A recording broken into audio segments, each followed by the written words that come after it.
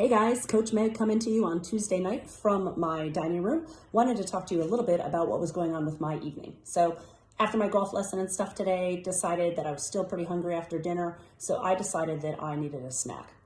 First thing I did is I had a big glass of water because I knew I was a little bit thirsty and I wanted to make sure that wasn't the reason that my body was telling me that I was hungry.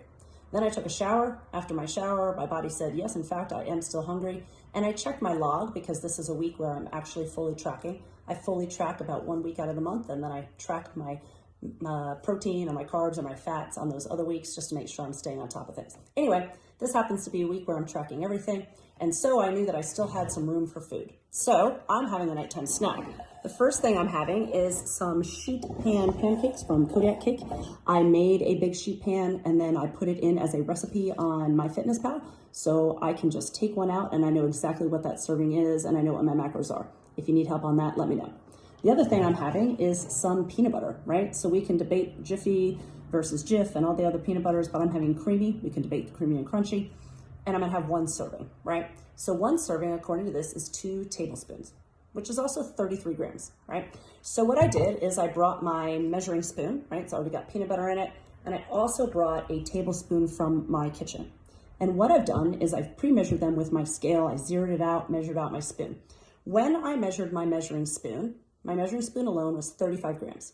When I put in this what appears to be 1 tablespoon of peanut butter and put it on my scale, it brings me to 55 grams. So that means I have 20 grams of peanut butter in here, right? I zeroed it out, but that's how I know, right? So if I took 2 of these, which according to this is a serving, I would have ended up with 40 grams of peanut butter, which is 7 grams more than what it says I'm supposed to be having as a serving. So it'd be throwing off my calculations, right? Same thing is true with my tablespoon, right? Now that's definitely overflowing, right? But when I measured it, I had about 22 grams of peanut butter here, which means I would have had 44 grams of peanut butter if I did this twice, which same thing is well over what the serving says it is. So I know that it's easy to grab a spoon, right? It's easy to grab a measuring spoon and thinking that we're accurate, but unfortunately it's often not the case.